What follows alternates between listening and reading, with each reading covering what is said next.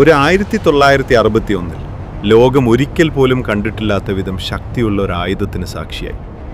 അതിനെ അവർ വിളിച്ചു sir bomb, ബോംബുകളുടെ രാജാവ്. ഈ ബോംബ് 1961 സോവിയറ്റ് യൂണിയനിലെ ശാസ്ത്രജ്ഞരുടെ ഒരു സംഘമാണ് നിർമ്മിച്ചത്. ആ സംഘത്തിൽ ശ്രദ്ധേയനായ ഒരാൾ ആൻഡ്രേ സഖാരോവ് ആയിരുന്നു. ആ കാലത്ത് USSRനും അമേരിക്കയും തമ്മിലുള്ള ശീതയുദ്ധം അതിവേഗം ശക്തിപ്പെട്ടുകൊണ്ടിരിക്കുകയായിരുന്നു. ഫലമായി രൂപം കൊണ്ട ഈ ആയുധത്തിന് ഏകദേശം 27 ടൺ ഭാരം, 26 അടി നീളം, കൂടാതെ 7 അടി വ്യാസമുണ്ടായിരുന്നു. ഇതിൻ്റെ ശക്തി 50 മെഗാടൺ, ഹിരോഷിമയിൽ വീണ അമേരിക്കൻ ബോംബിനേക്കാൾ 3000 മടങ്ങധികം. യഥാർത്ഥത്തിൽ ഇതിന് 100 മെഗാടൺ ശേഷിയുണ്ടായിരുന്നു.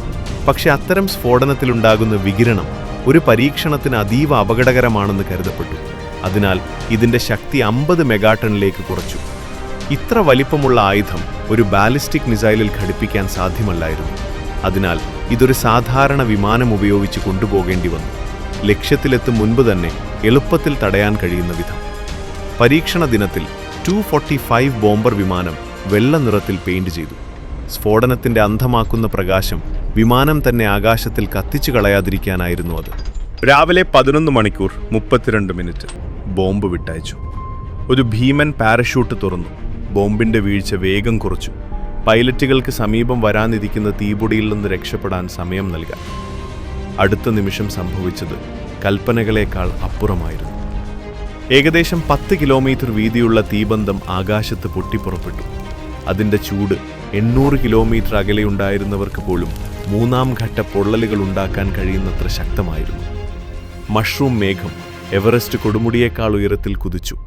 ഒരു 1000 കിലോമീറ്ററിലധികം ദൂരത്തിൽ നിന്ന് പോലും കാണാവുന്ന വിധം. 900 കിലോമീറ്റർ അകലെയായിട്ടും ജനാലകകൾ പൊട്ടിത്തെറിച്ചു. അതിൻ്റെ ആഘാത തരംഗം ഭൂമിയെ ചുറ്റി ഒരിക്കലല്ല, രണ്ടിക്കലല്ല, 3 തവണ. ആ ശക്തി നമ്മുടെ ഗ്രഹത്തെ തന്നെ ആഴത്തിൽ കുലുക്കി. സാർ ബോംബ് അത്രമേൽ ശക്തമായിരുന്നു. അതിനെ വീണ്ടും ഒരിക്കലും ഉപയോഗിച്ചില്ല. അത് സൈനിക സേവനത്തിലേക്ക് കൊണ്ടുവന്നതുമില്ല. അതിൻ്റെ ലക്ഷ്യം യുദ്ധമല്ലായിരുന്നു, ഭയം. മനുഷ്യവർഗം എല്ലാ ജീവനും അവസാനിപ്പിക്കാൻ കഴിയുന്ന ഒരു ആയുധം നിർമ്മിച്ചുവെന്ന ഒരു മുന്നറിയിപ്പ് ലോകത്തിന് നൽകുക. മനുഷ്യർ സൃഷ്ടിച്ച ഏറ്റവും ശക്തമായ സ്ഫോടനമായി സാർ ബോംബ് ഇന്നും നിലനിൽക്കുന്നു. നമ്മുടെ ഏറ്റവും വലിയ കണ്ടുപിടുത്തം ഒരുപക്ഷെ നമ്മുടെ അവസാനത്തേതാകാമെന്ന ഓർമ്മപ്പെടുത്തലായി.